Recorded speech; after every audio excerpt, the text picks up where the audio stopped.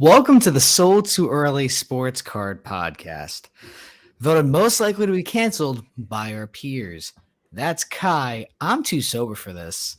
And this is episode 7 of the Sold Too Early Sports Card Podcast. Kai, how you doing, man? I'm doing good. It's kind of crazy. Almost 2 months of this. I know. It's also crazy I got that right on the first try, but I've realized that if I keep them short and sweet, they're not funny, but, it works, so... It's harder to Good fuck intro, up. good intro. But hey, man, what's on your mind? How's everything going? It's going good. This is probably the only time I'll ever watch soccer in my life is the World Cup when USA's in it. I don't know about you, but I mean, oh God, it must have been like 8 years ago at this point. I had knee surgery my senior year of high school, so I'm 26. I guess I was 18, so this is 8 years ago. And I was on painkillers because, I had a major knee surgery. It was the summer, I guess. And I watched the World Cup, and I just remember being high as shit off painkillers. Like, man, soccer is incredible. It's amazing. And then I realized I didn't like soccer after that. But I will tune into the World Cup. I will play FIFA with friends. So I do have some excitement. It's good to have background noise. And I just kind of enjoy it. It's a fun time of the year. I know it's obviously a unusual World Cup, and that's to put it very lightly. I don't feel like going into all of the major issues with Qatar winning the World Cup and all of the serious implications of that and what they had to do in the bribery and stuff. But do your own research. They are super interesting. But yeah, that, it's a good time to have some soccer. We have some thoughts about the Chicago Spectacular. I was there this past weekend. I'm repping a sweatshirt I bought at the Chicago Bulls game against the Magic that was on Friday night. Really to kind of just lean into that show. Dude, I didn't even get a chance to talk to you about this, actually. It was an incredible way to end 2022 in terms of like major traveling shows for myself. I loved it. I did super well. I did actually end up moving the Giannis Black Label to a friend, someone who had wanted in the past, someone who I've dealt with in the past a lot, someone who actually might make an appearance on the podcast one of these days because he's someone who actually is like a friend. So it's interesting to see that you can didn't it actually get moved a second time too? So it got moved to 2 people. For the first person got to was David Woods, Basketball Card Paradise, and Barkley, Card Junkie, 2 people who really are one of my friends. And they moved it to Jacob, Flawless Gems Sports Card, Flawless Basketball Sports Cards. Yeah. Oh, God. What is Jacob's Instagram name? I'm going to feel so... Flawless Sports Cards. It's Flawless Gems Sports Cards. Yeah. So, yeah, Jacob. I think I got it right the second time, but yeah. They both wanted the card. They ended up flipping it for basically the same value that I got out of it from them, which is about $3,500, which is nuts. But they got some cash, so it's all relative. Like we can all win and like be happy for each other. So I know that's a weird thing to say in sports cards. Like you want your friends to do well, but we all won. So like, how terrible! No one can complain. No, exactly. So I would say. Over the course of the weekend, I probably moved over $100,000 worth of cards in basically Insane. 2 days. I didn't set up on Sunday. So Friday was good. It had nice foot traffic. Comparing it to like the Nashville show, the Friday in Chicago was better than the Saturday in Nashville. Foot traffic wise, quality wise. Saturday was insane. Really loved it. Super excited to be able to set up. There were a lot of great interactions with people. Several people came up and complimented the podcast. Several people recognized me more for the podcast than my Instagram account, which is super interesting. So I don't know how that works, but that was very nice. That's funny. Super cool. I definitely want to try to go to that next time. Yeah, listen, you're going to be able to come to a couple shows in the future too. Like I know that between school and just, everything else, it's a little more difficult for you. But I'm kind of lucky, my job wise, that I'm able to travel as much as I am. But it'll be nice to be home for, an extended period of time. My next major show that I'm looking to travel to is Dallas in January, but it'll depend on like showcase space and stuff like that. But what a good way to end 2022. We're gonna get into this more later in the podcast, but like, what was the vibe of the show? How are people reacting? Economically, were people buying? Was more trading? We'll talk about that more. But just know that Chicago was like such a perfect way to end this year in terms of like major shows. Another thing, such a good space too. Oh, dude, it's incredible. You've been to the National. I've been to 2 so you know that Nationals area. But have you ever been upstairs, like where the Spectacular is, or no? Oh, it's not in the same area? So let me I didn't even know that. Let me paint the picture for you and everyone else who's not been to the Spectacular. And assuming this, I imagine you've been to the National in Chicago, because otherwise I'm not going to be able to describe it to you. So let's say you're walking through the main area. So directly in front of you is that Starbucks on like the right-hand side that's always packed and makes okay food, and it's like 3 hours long. To the left is your main venue space. That's where the National usually is. What I've seemed to notice actually when they do the Spectacular, it's like an auto work show. Like there's like old like muscle cars and shit like that, and it smells like motor oil, and you might get a contact high if you stay in there too long. Anyway, that's like in the major room where the National generally is. There's an escalator going upstairs by the Starbucks. If you go up that escalator and go straight, that's where the Spectacular is. It's in a decent sized room. I like to compare things to Dallas, so I believe the Spectacular is in a room about half the size of the main Dallas room, maybe a third. It's all relative. It's hard to say. But it's a good venue spot. In my opinion, Chicago is the best spot to travel to. It's not the best show, but you are 5 minutes from Chicago O'Hare Airport. It's incredible.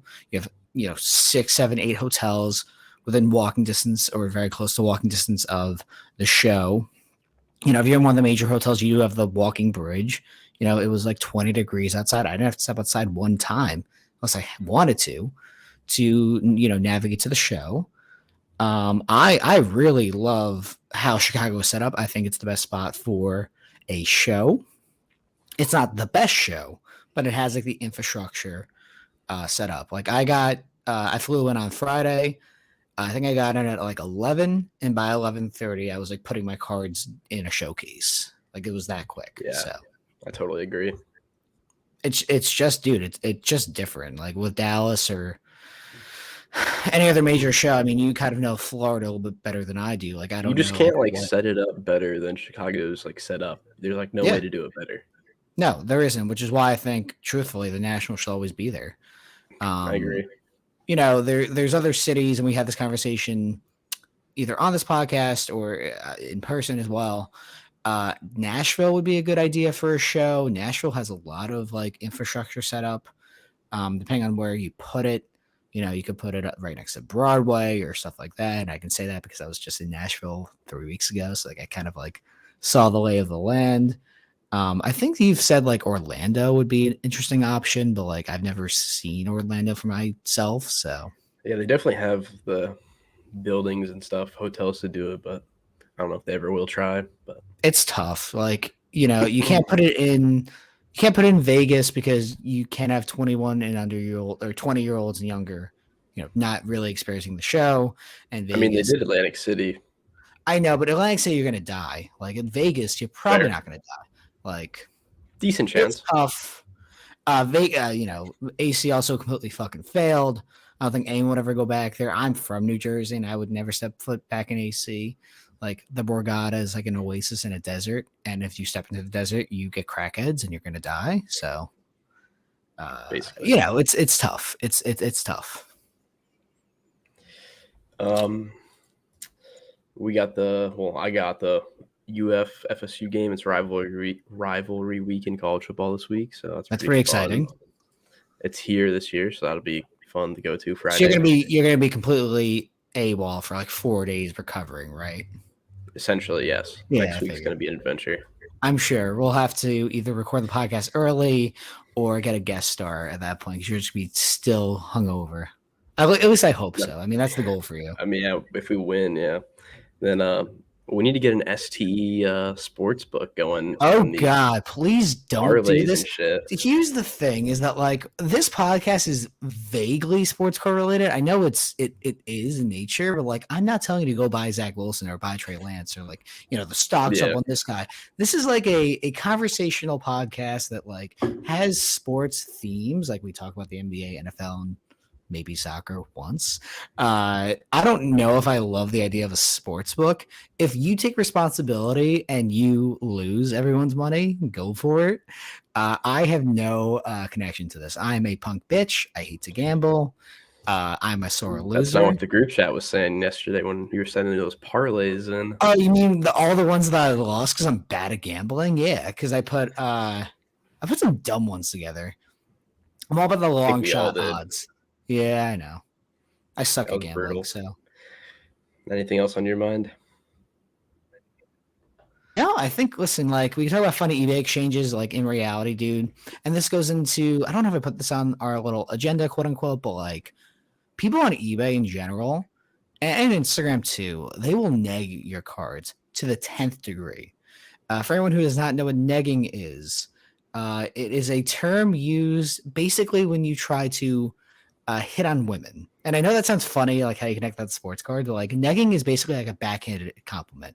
It's like, hey, you approach a random girl at the bar, like, hey, you look pretty good for like a Tuesday afternoon. It's like, first off, what the fuck does that mean? And second off, like it's a compliment that's like meant to be an insult. So if you apply that to cards, that's just saying, hey, I really like that card, but it's off center. It's like, all right, how about you go fuck yourself? If you don't like my card, don't go after it. Off-centered. Yeah, it's like, hey, that's a nice card, but the auto's like a 9. It's like, yeah, I don't care. How about you don't buy it then? So exactly, you can never win. No, you can't. So don't neg girls and don't neg my cards, or I will laugh at you because I think it's kind of absurd. I don't know if you heard that, but moving on to Week 11 NFL. What's going on in the NFL? All right, so here is first off, I didn't get a chance to watch a ton of games this week because I was in Chicago and then flying home. So what I chose is like my like favorite part, quote unquote, of Week 11 was Zach Wilson just like not being the guy. So I'm a Giants fan and like trashing the Jets like in our nature because like they always think they have expectations and you have to remind people that no, they don't. And even though the Jets have been capable this year, just like the Giants, we're both dumpster fires in different ways, shapes, and forms. The Jets had more punts against the Patriots than completions from Zach Wilson. He's not the guy. Stat about it was 10. It was 10 punts. No, they averaged 2 inches per play in the second half. That's so fucking funny. I mean, listen, I guess Jets fans are used to that, but like, it's getting fucked one way or the other. It's so funny to me that like it's like if Joe Flacco was their quarterback, they'd be like 7-3, 8-2. Even like, Mike White. I mean, Flacco was respectable, even good in some outright shape or form. He was pretty solid. Season. Like solid's good enough for them right now. Zach Wilson had under 100 yards passing last week. I'm actually going to check his stats as I'm trashing him. I think it's like 4 or 5 touchdowns this year. They get this amazing rookie class, and then Zach Wilson just ultimately decides to combust in the spot and just suck. So as of November 22nd, when we're recording this, Zach Wilson has completed 55% of his passes. He has 4 touchdowns and 5 interceptions. Now, he has missed some games, but still. I get it. He's missed some games, but like, dude. It's not good. It's pretty pathetic how bad that's probably like bottom 3 quarterback. Yeah, he literally is. Like they're better backups than Zach Wilson. And to lay into the sports card thing, because this is a sports card general podcast, he might have actually been the worst quarterback investment that you could have made over the last year. Trey Lance is up there, Mac Jones is up there. But in terms of like Lance, I kind of give him a little pass because he was injured. Mac Jones, not so much, but like it's a real interesting conundrum that you're in if you had bought Zach Wilson. I mean, he's essentially like gonna go to 0 at this point, I would guess. Not 0, but low. He's gonna go. You'd have to guess that you try to get a new quarterback this year. I mean, listen, I think that even Robert Saleh said, like, hey, we're not going to bring to Zach Wilson next week, which basically means, yeah, you're probably done if you continue to play like this. Like, he might get the start. Do they cut him, trade him, or do they just keep No, him on the roster? You definitely can't cut him. And Yeah. I don't think you could trade him. I think what's going to happen is he's going to start next week, I think, against the Bears. And if he does the same shit that he did against the Patriots, they're going to bench him for Flacco in the second half, and that's it. It'll be interesting to see. Yeah, I think the most exciting part of the weekend was definitely that game, the punt return. Not the whole game and whole game. Yeah, the entire game was my favorite part. Yeah, I agree. But the punt return touchdown was definitely electric. And then I don't know, Justin Fields is just really fun to watch, even though we beat him on a game-winning interception. But still, he got hurt as well. He played with a dislocated shoulder. Apparently, I did not know that until listen, yesterday. Well, he also apologized to his teammates in the locker room. I saw that as well. So, like, if you want to talk about like maturity in a quarterback, they're both in the same draft class, Zach Wilson and Justin Fields, right? So, correct, yeah. Like, there you go. Wait, one person seems to get it. The other one is Fields a year later. Wait, I might be stupid. Wasn't Fields last year and Zach was the year? No, I think you're right. I have to double check. I'm not sure.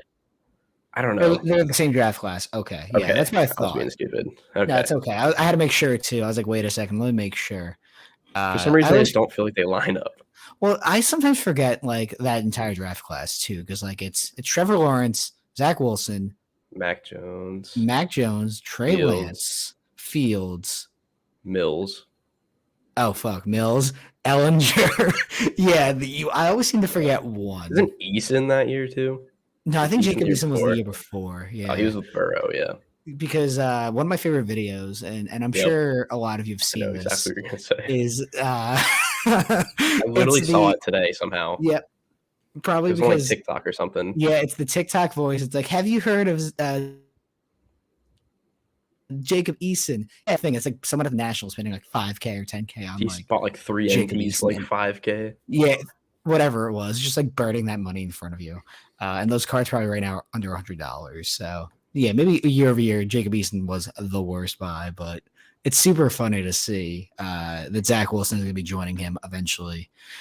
Just caught up in flames, like not only between like a bad economy, but also bad play, and just like he's done. Like he's going to either, I don't think he's going to get traded, but like they have to bring in a quarterback immediately, whether it's a rookie or a proven guy, free agency wise, like to compete with him. Like it's over, in my opinion. I could see them going after someone like Derek Carr, like Ryan Tannehill. Derek Carr, James Winston.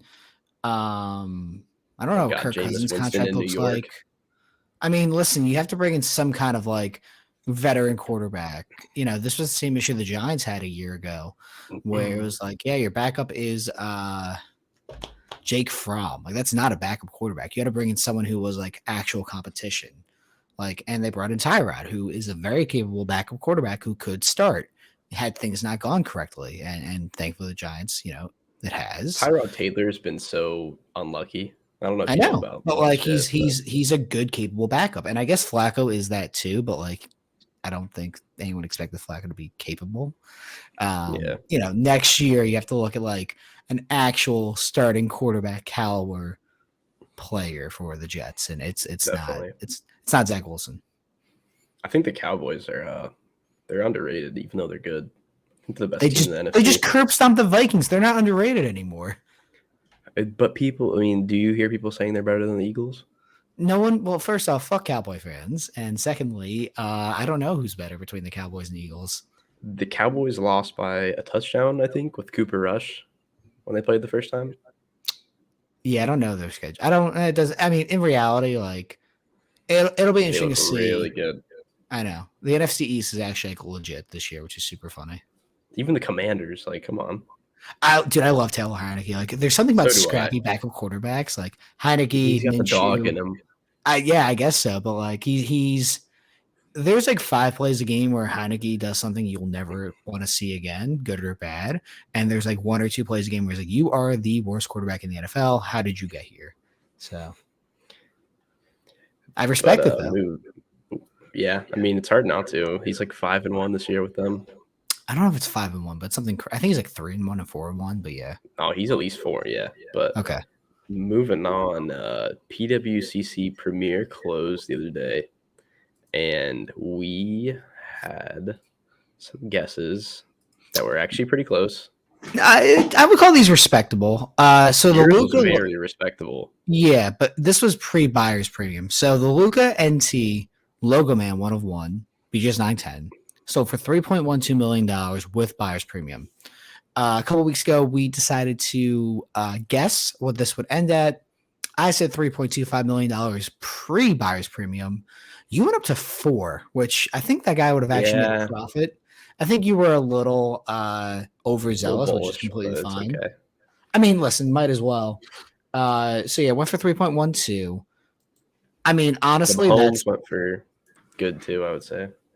Oh yeah, no, that Mahomes card is incredible. That could be $1 million card in the next 5 years, depending on how the economy goes and how his career is going. Like, that's a good buy. I think that Harper kind of went high. Actually, I think this is like the peak of his market. That Brady championship contenders is crazy. Hypothetically, what do you think the Trout goes for? Hypothetically, right now, because it doesn't Vegas pay bonus.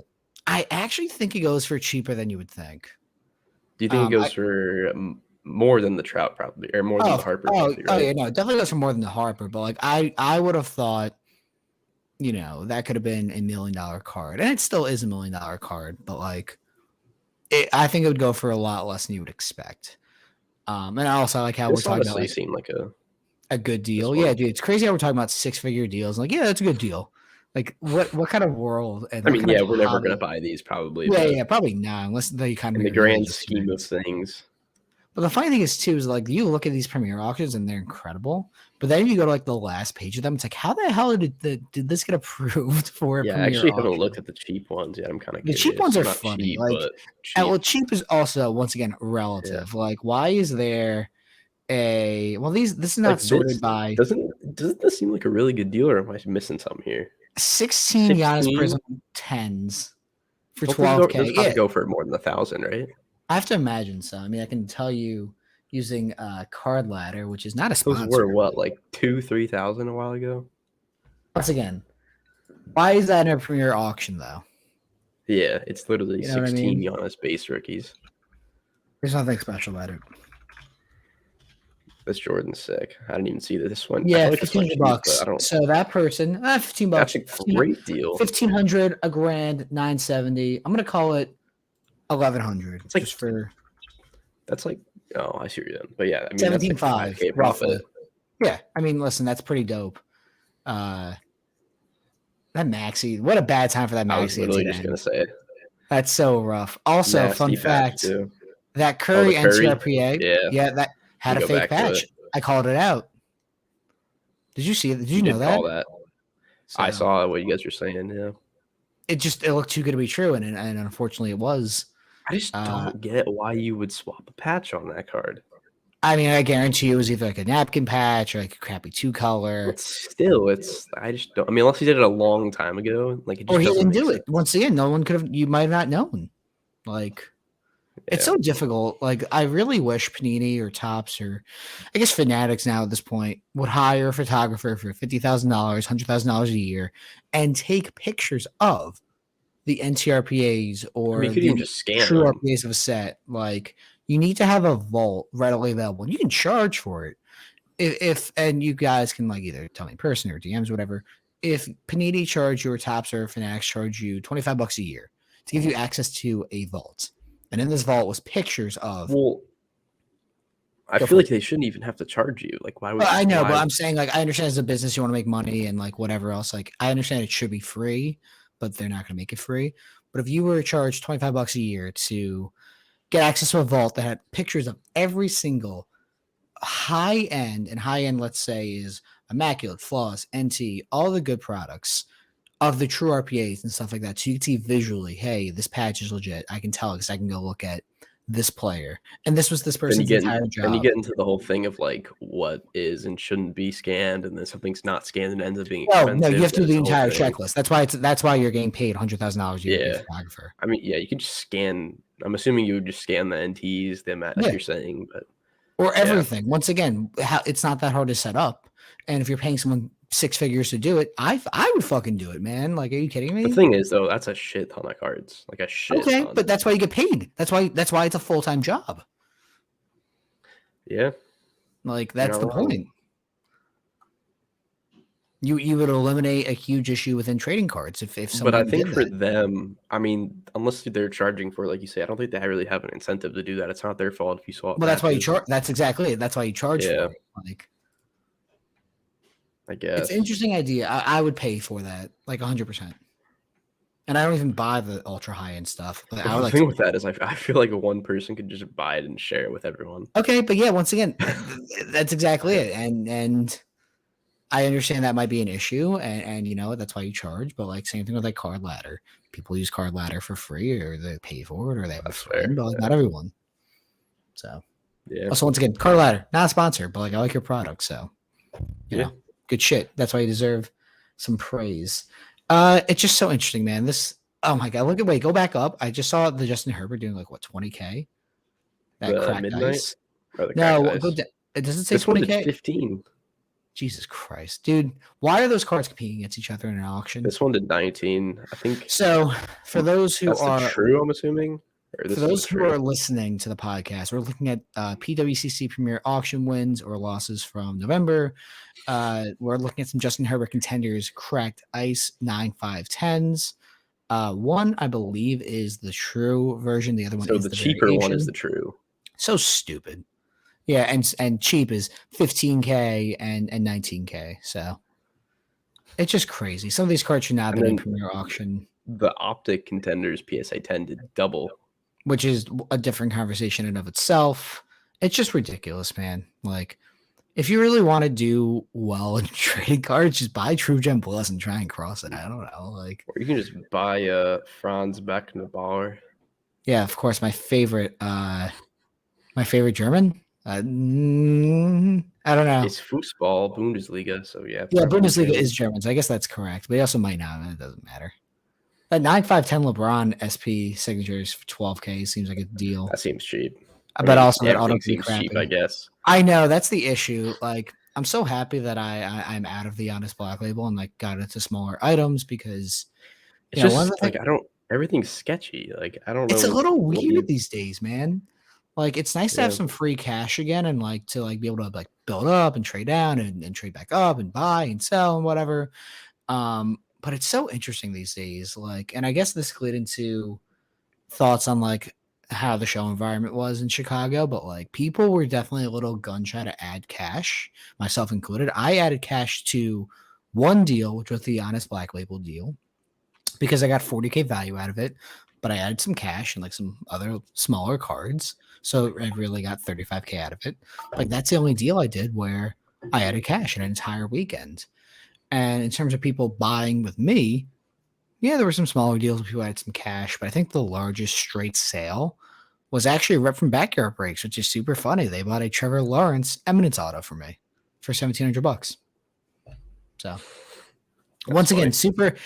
Now I believe that's who it was because the guy was wearing a Backyard Breaks shirt. Super nice, by the way. I don't remember your name if you somehow are listening to this, but super nice, wearing a Backyard shirt. They pay me on PayPal. I believe it is Backyard Breaks, but it doesn't matter. It's just ironic, you know.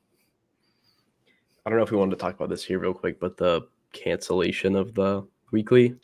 Oh yeah, so I believe what happened was you and I were both bidding on PWCC auctions ending on Sunday the 20th. Sunday at 10 o'clock Eastern. Yeah, something like that.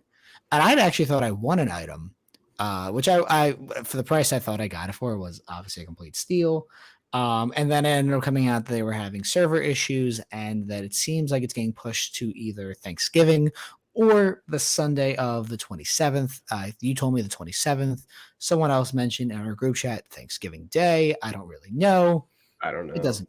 Yeah, it doesn't matter. I just The know, point is, yeah, I had to bid like 6 times to get a bid through. I won like 6 cards, but I mean, I have one that I can pay for right now, but the other 5 are just gone. So I don't what did know you win? what If to do. like you don't have to show It it, was but you just like random stuff. Like the one that's actually in here is just like a Paul George Crusade rookie out of like 25. I mean, like sick. $20 card. But I mean, like it's so cool. Yeah, it's just like I don't like. Are we gonna have to go through and re-find every card we were bidding on, or are they just gonna show back up in your I have no idea bids? where they draw the How is it line. gonna work? I was I mean, it's bidding just on gonna the be an annoyance. Like, am I gonna have to go through and find every single card and like, are they starting at 0? Are they starting out where they're at? Like, what's going I'm on sure they're here? going to start at like before extended bidding started. I'm sure they'll give like an hour or two and then they'll go to Because extended I bidding. mean, do you really think they're gonna do that much better? Like, No, but they had server issues. So, I get yeah, it. And I understand why I people get it get as well, upset. but yeah, But, Golden has issues. PWCC has issues occasionally. Alt had a ton of this issues is and they honestly seem to the figure it first out. issue with PWCC Now, ever there apparently were heard of. 2 issues recently. Someone else mentioned that there was another one in a comment. So like it happens and I get it, but just like don't make it a regular thing. Like it is what it is. Yeah, they're definitely the most reliable so far that I've Listen, I'm happy. dealt with. I'm very happy with PWCC servers and like their entire process. If I was to list an item, which they're eventually going to get my Babe Ruth ball, which I can actually show real quick if you want to hold the podcast over. Gotcha. For those who maybe can hear me, but probably not, this I can will hear you. eventually go to auction. So how do you auction that with them? Because isn't it like, what is it, Premiere? Like, what does it go under? I would premiere this, yeah, 100%. That is a Babe Ruth. So you can do memorabilia. Yeah, I've had conversations with them. Someone will eventually end up selling this for me. I don't know when.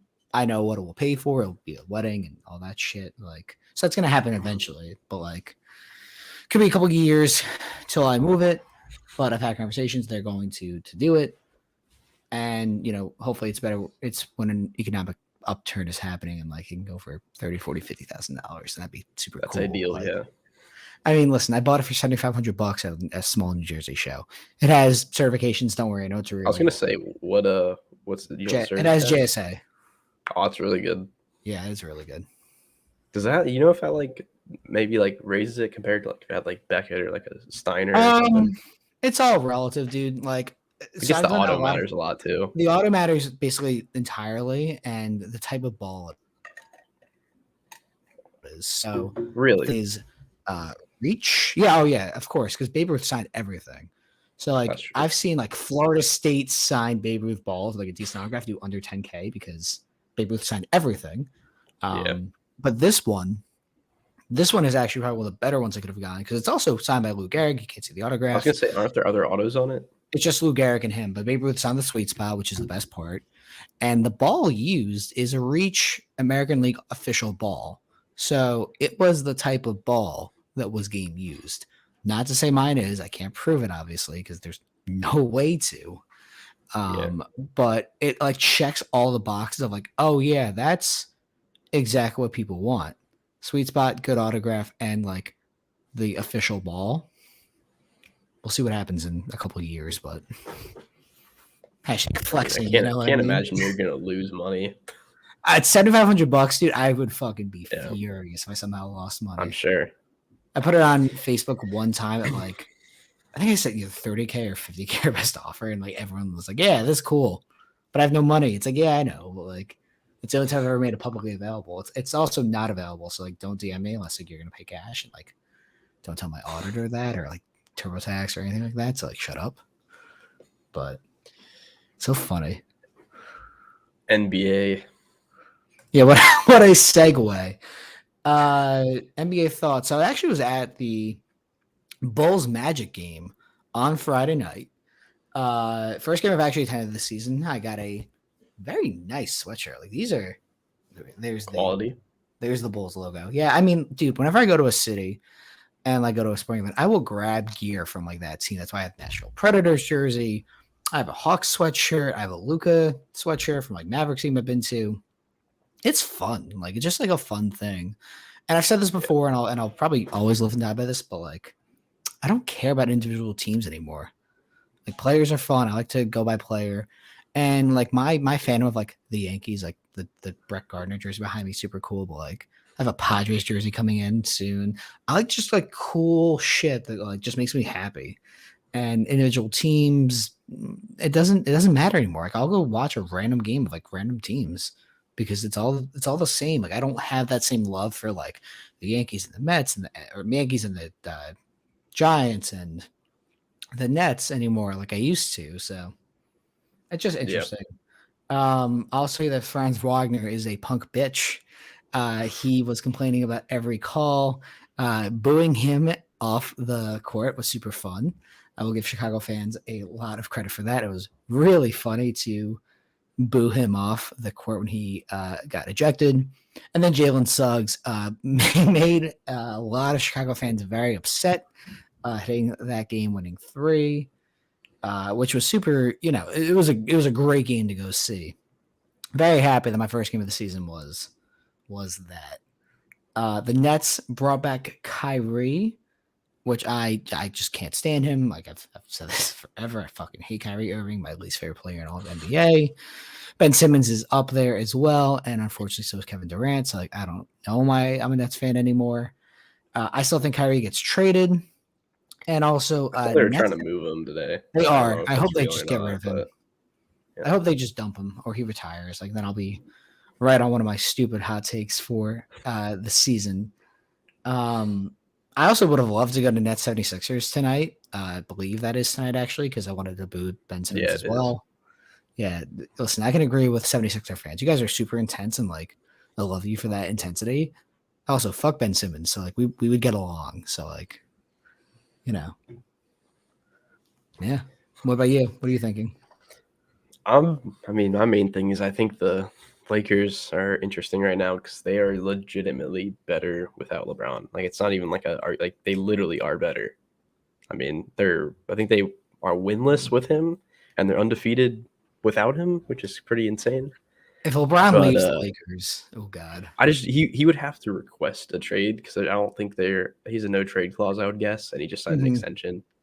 I mean, you would think they could get picks for him or something, but I You mean, can't trade LeBron. AD, you can't. You can't. He's never been traded before. I mean, No. AD's been going off without him. Russell Westbrook's been playing really good without him. All the role players are playing really good without him. I mean, they bring him back, they start playing bad. Like, I mean, there's a conversation to be had. I don't No, know if it's they it's do or if they do LeBron. anything, but You can't move LeBron and whether that's by his action or just like the marketability of it, you cannot trade him. He the would thing have to is, be though, like, hey, that's gonna be anything anyone talks about if he comes back and they start losing. I mean, listen, LeBron is It's still the not. It best might. player. It's not going to happen most likely. But like, I mean, it's LA. I don't. I Yeah, just of can't course. imagine that But goes once under the again, wind. LeBron is bigger than basketball, so he's not going to Yeah, go get traded to Memphis in some world. I think at that point he that was would like, be actually kind of insane, though. yeah, no Memphis with shit, but it would LeBron. never happen. That's true. But also the East, I feel like is finally like overall past the West, like in totality of like strength. I Yeah, feel like it's always been a common like thing that the West is like so much better and all this, but top of the East is insane. The Celtics, Bucks, then 3 through 8, whoever you want to put in there, like they're all can win on any day. The West, you've got what? Who's first in the West right now? The I'll tell Grizzlies. you in 2 seconds. All right. It is the Jazz, which is Yeah, exactly. Literally. no logical sense. Who's 2, 3, 4? So here is the standings of the Western Conference as of the 22nd. Jazz are 12-7. The Suns are 10-6. Oh, I've The got the Nuggets Suns. are Yeah. 10-6. The Clippers are 11-7. The Kings are 9-6. The Pelicans are 10-7. The Grizzlies are 10-7, and the Trailblazers are 10-7. Mavericks are 9-7. They are the ninth seed, and the Timberwolves are 9-8. Super funny to me. The Jazz are in first because I would have never known that if I had not Googled it. That's just really something else. They trade everyone away, get a That's bunch of exactly it. They're misfits, number one seed, a shit ton of picks. Like, it's incredible. so weird. Can And you then also imagine for they like do reference, something? what's that? Like, can you imagine if they do something in the playoffs? I mean, right now they're looking like they're going to make the playoffs, which is hilarious. I mean, I, I don't yeah, expect Laurie to continue playing as well as he has. not me either. So listen, But you never know. yeah, you never know. Weren't they the one seed last year too? So like it could For just come like down a to your month, coaching. yeah, or Yeah, something. Yeah, they were like 10-0 or something. I forgot they started off really good. But yeah, I just think the top of the East smokes the top of the West if it comes down to that. And then the middle teams in the East also could take all the middle team. The West is like okay. It's just like they all have issues. Like the Clippers, it's Kawhi, Paul George always hurt. the Trailblazers, it's like Dame always needs more help. Like, I don't know. The Nuggets have Jokic hurt now or sick or something. Half their team's like sick or hurt, which obviously, I mean, it's just like, I don't know. It it happens in a season. That's why, Yeah, honestly, basketball season, 82 games is a perfect mix and match. Even though it really is. I know players rest. I know back to backs are difficult, or back to backs, I should say. But it generally balances out. You can shorten the season theoretically, but like good luck convincing players to take a pay cut or owners to take a pay cut on, What do you think about that revenue. in-season tournament they're trying to do? Man, that's tough. Like it's I gonna don't like sound it. all nice and good until someone gets hurt and like misses the rest of the season because of it. Everyone's gonna be Well, I was bitching feeling they're about going it. to sit people for it, Well, that's exactly it. So like if you so have, it'd be pointless. yeah, unfortunately, it's not worth it right now. Like you're not gonna really gain anything from it. Or I like think you maybe just you get just a send like a G League team. cash bonus or something. Maybe you send a G League Yeah. team then instead. Yeah, You know, it's interesting. it definitely is, but like I feel like a compromise then would be we're gonna shorten the season to like 74 games and do like Oh, they a would 5 have to make it tournament. shorter. Yeah. It would have to be like 70, yeah. But I don't know if players would agree to that though. anything else on the basketball you want to hit on? No, I think we're good to move into the Q&A. So we have 4 questions here. Honestly, these are all pretty solid. A lot of good discussion. The first one is from Big Nate's PC. Is eBay still the best place to buy and sell? I think it is in terms of like lower quality for selling and for buying. Dude, if you go after auctions, especially now, you can really get some good deals. I will tell you that I'm a big fan of eBay for selling because simply put, if you want to just move on with your life and like I guess take an L on some items or just want to reload into something new, eBay is undefeated because you will get paid. People will bid on your items. And unless they have zero feedback, you can expect to have items successfully moved. I use consignment services because I'm a lazy piece of shit and I don't really want to list my stuff. I don't have to. But I enjoy the eBay process for selling on the lower end. Buy it now, best offer is my preferred option for higher end stuff. But just saying, if you want to move on from, so be it. It is what it is. Now, take that same mentality. If you're a buyer, some people like myself or people who are even more lazy will just put their high end stuff at auction for whatever reason. And, you might be able to score a decent deal, especially those who, for whatever reason, once again, list high end items for auction that end at weird times. If there's the Kobe Bryant patch auto that ends at 9 a.m. on a Tuesday in November, And who's it's going to in be like Croatia. Yeah, it's exactly. Like, hey, the Croatian Kobe Bryant patch auto market is really crumbling. Let me get rid of this right now. And that ends at 9 a.m. in the morning. You will probably get a good deal. Someone will then use that comp against you and at a show or on eBay or Instagram or wherever you choose to resell it. But that initial first step is very nice when you can get a, let's say, 2K Kobe Bryant auto for $1,200, $1,500. Yeah.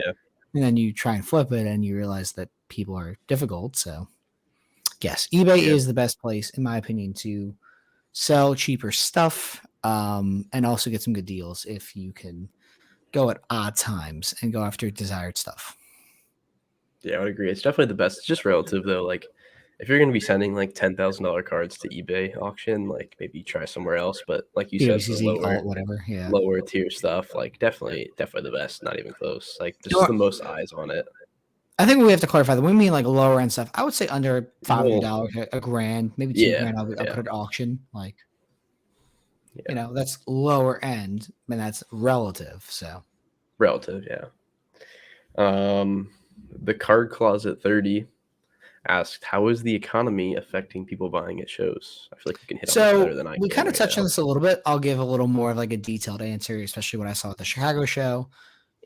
I'm happy that I have financial flexibility and freedom to buy and sell and trade as I need to, but I didn't feel the urge to buy cards at the show.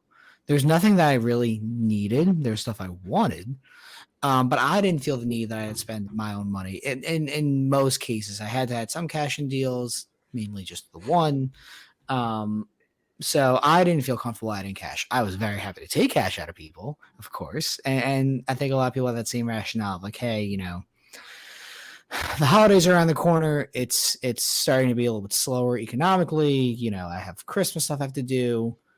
I need to make sure I preserve my cash. Now, there are those who had a lot more financial flexibility and a lot more freedom, which is awesome. You'll do super well right now. And I've said that before. If you have cash and you have readily available funds, this is a perfect time to be buying. That's why I got that Giannis Black Label. That's why I was able to move it and make 8K, 9K, whatever I end up making on it.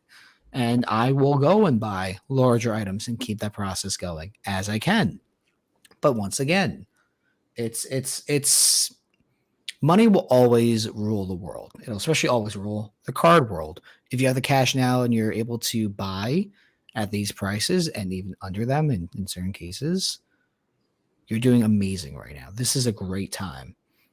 People don't want to really hear that, but it's unfortunately true.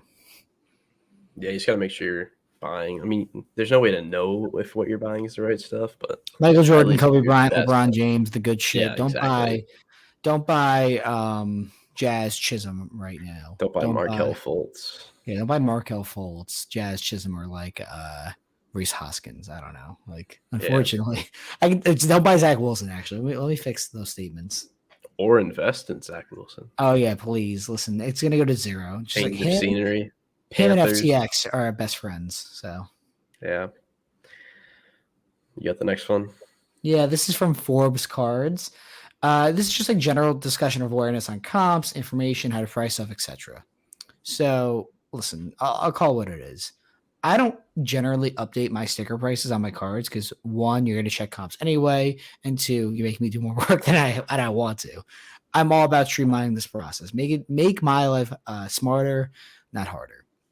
That being said, when I do price cards occasionally, which is every couple of months, whenever I go to a show, price them over eBay comps. You have to. Like, that's just the reality of the situation. If a card sells for $1,000 and I price it at $1,000, you're going to neg me down to $850, $900, $950. If I price it at $1,250, then you can start the process again where I know I'm over comps. You know I'm over comps. Let's make a deal where we're both, happy with it. Because you can be the most fair person in the world, but if you're at comps, you're only giving yourself the ability to be haggled down. You might as well be over to start within reason and then back down accordingly. Comps are obviously can be interpreted in many ways, different shapes and forms. How are we having this conversation? Am I the one using the comps to my benefit or using the comps to your benefit? There's a very easy way of negotiating that. If it's me, I'm always going to use the comp as the data. Hey, I saw this last sale was $1,000. I want it for $750, $800, whatever. Now, if I'm the one selling that and I know the last comp was $1,000, oh, hey, man, it ended on Tuesday at 4 a.m. because the guy was in Croatia and didn't know what time it was. Like, you can use the information as you choose to. A comp is a guide. It's not the law, but it can be interpreted in many ways, shapes, and forms. So how you choose to use that power and that information varies, and you want to use it to your advantage any chance you can. 100% agree. Everyone's going to do exactly what you just said. I mean, if you're not doing that, you're just stupid. Like, yeah, I mean, unfortunately, it's it's just how it works. Like, yeah, if someone tries to knock you for doing that, like everyone does it. It's just the way the comps work. Yeah.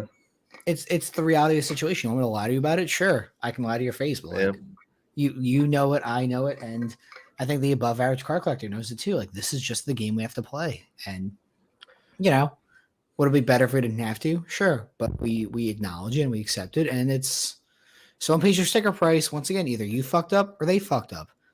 You don't. Oh, hey, let me finish some water. Just make a comment to that while I finish this. The Falcons are in the playoff hunt. Fuck you. No, they're not. Is there? All right, continue. So, at the show, and I don't know if you saw this item or not. I might have texted you about it. Old gentleman walks up to me.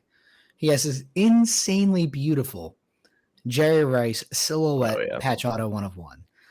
I don't have this card anymore because I moved it immediately. So sick. Oh my God. I wish I had a picture to show on screen, but imagine a Jerry Rice on card NFL Shield patch auto, player worn, not game worn, be a lot more. So what? Walks up. Hey, you guys buying? Yeah, I'll take a look. Pulls out this one card. I'm like, all right, how much you want for it? He said $1,500. I'm like, okay. Pull up my phone. And I'm like pretending to look at comps because I know in reality it doesn't matter what he just said. $1,500 for a Jerry Rice 101. I know there's not going to be any comps, but you have to play it cool. If I immediately go, yeah, man, deal immediately, I'm going to fuck myself because he's going to know something's up. Play it cool, go on my phone. Like, hey, would you take $1,250? Make a deal of $1,300. I flipped it immediately, made $1,000. Like, actually, though. Sold it to our friend Mikey. He's super thrilled. I think I might not be happy that I just said that, but like, whatever. Like, whoops. We had a very angry deal in like 3 days. But like, hey, man, fuck you. There's a comp now. Yeah, there's a comp now. No, there's not. What are you talking about? But the point is, like, information is how you choose to interpret it, and sometimes you have to go with your gut. Yeah, am I going to pass on Jerry Rice? Am I going to pass on Jerry Rice NFL Shield patch auto 49ers for $1,300? Fuck no. I would have paid that if it was $2,000 immediately. So, you know, it is what it is. You got to use your intuition sometimes with it if there's nothing to go off of. Yep. Or even if there is something to go off, but you just think it's like better than what you're seeing. Like, you know what I mean? You just got to use your gut. But. Well, that's the issue too. Is like with all these auction houses, like my intuition's generally on the right path, but then you run an auction to the ground. Exactly. I think on PWCC, I think on their weekly auction that's going to end now Sunday, the one that's getting restarted, there was like 12 or 15 Bowman Chrome Brady BGS 95s. Like, what the fuck? Why are there so many of you? They're all going to go for like $1,000 different than each other. I think they're all like $3,000 or $4,000 right now. I don't know what the comp is, but they're going to be crashed in about 4 days. So, yeah. Moving on to our last question of the Q&A. It's just basically our thoughts on consignment, the process, the best people, companies to use, our experience, like what kind of cards you want to send, and then like what you should expect to get out of it compared to normally selling them. I can start. This is super quick for me. I use DC Sports 87. I've used him for a while. He actually just redesigned his site recently. Yep. I'm a big fan of his service. Pretty straightforward. His wait time can take a little bit of time. As of literally this moment, it is 2 days for an express order, which is 20 cards or under, and 19 business days for anything over that. So plan accordingly. I've been sending stuff in that's like dead inventory that like I can just re-roll into something better. I'm kind of lazy. I don't feel like listing every card I have that's quote unquote dead inventory. Take the cash, buy something, flip it. All those losses become either breaking even or a smaller loss or the potential of making money, which I know is absurd in this economy. I really like his service. There are other people that I know you'll mention. I really would stick to the major players. There's a reason why they've grown. Don't trust your friends or random small Instagram accounts. Go with the experienced guys who give you the best rates. I prefer to stick on Instagram guys. I don't really want to use like someone like Probstein for personal reasons. I just don't, I don't like him. I don't like his business practice. I don't really like what he does, but stick to what you know, stick to who you feel comfortable with, and everyone wins. Yeah, I mostly use MC Sports cards. They're really good. Yep. Good people, Mike. I've also been using DC lately. I just saw the site got redesigned too. It's really not, their website layout is insane for this. Like it's so like innovative. Yeah, welcome to 2022. It's so funny that so many sports car websites are stuck in like 1984. So it literally, their site is literally like amazing. It shows your active listings when you make an account. It shows the money you're owed. It shows if you have a package that got delivered to them. It's very impressive. It is. Listen, once again, it's amazing what happens when you take advantage of website design in 2022. Literally. And you have websites that I can name and can't name that are in 1984 or 1941. It doesn't matter. The joke still works. How your website looks like shit. And, this is an older hobby, and I get it. I'm pretty sure some of these card shops are just finding out about Beckett.com. No longer using price guides, but what the fuck do I know? So I follow their eBay or their Facebook page, and it's kind of crazy. I don't know if you would guess this, but they're like top 5 or something in like total sales on eBay year over year. DC, that's crazy. Yeah. I think it might be 3 or 5, but yeah. But basically, same as you said, sending your dead stuff that you just can't move, like get some funds rolling to consignment. I Yep. wouldn't send anything like I don't know, like Major. something you're tight, yeah, like major card you're like tight on. And you want to make sure you get something decent out of it. But yeah, like you said, go with people you can trust, best rates. Nothing Yeah. too out of the ordinary. I mean, it's pretty straightforward, but I feel like a lot of people don't take advantage of it. They just try to sit on their stuff instead of like sending it to someone like DC and just getting like 80% back or something. Even if you get 70% back, once again, like Even my next that, show yeah. is my next show is in January.